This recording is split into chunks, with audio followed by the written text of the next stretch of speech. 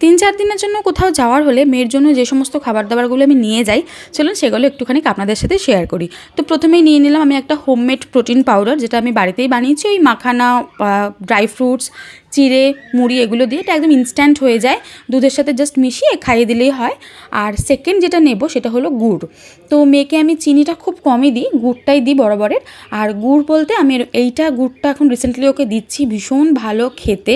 মানে যখনই আমি মেয়ের দুধেতে একটু করে মেশাই তখনই আমি নিজেও একটু মুখে দিয়ে দিই, মানে এত টেস্টি লাগে গুড়টা খেতে। খুব সুন্দর একটা কিন্তু গন্ধ আছে, মানে বোঝা যায় যে হ্যাঁ এটা গুড়। এরপর যেটা নেব সেটা হলো মুসলি। আমার মেয়ের জবের থেকে মানে 2 বছর কমপ্লিট হলো, তারপর থেকে আমি মুসলিটা দিচ্ছি। তার আগে আমি কেলগসটা দিতাম, চকোস দিতাম, বাট চকোসটা এখন একদমই দিই না। আমি এখন দিই হচ্ছে ওকে মুসলি। আর মুসলিটার মধ্যে যেহেতু অনেক কিছু একসঙ্গে থাকে, তো এটা বেশ হেলদি একটা খাবার দাবার। তো দুধের সাথে এটাও মিশিয়ে জাস্ট খাইয়ে দিলেই হয়ে যায়।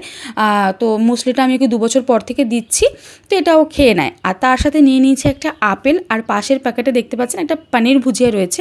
ওটা না একটু মিষ্টি মিষ্টি খেতে খুব ভালো লাগে, ওর মধ্যে কাজু থাকে, কিশমিশ, ভাজা পনির, কখনো কখনো একটা করে আমন্ড থাকে।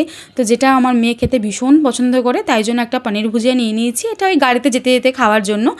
আর যেটা আর একটা নিয়েছি তা হলো কিশমিশ আর খেজুর, একটা বক্সের মধ্যে করে নিয়ে নিয়েছি। তো এই সমস্ত খাবার দাবারগুলোই আমি 3-4 দিনের জন্য গেলে কিন্তু নিয়ে যাই।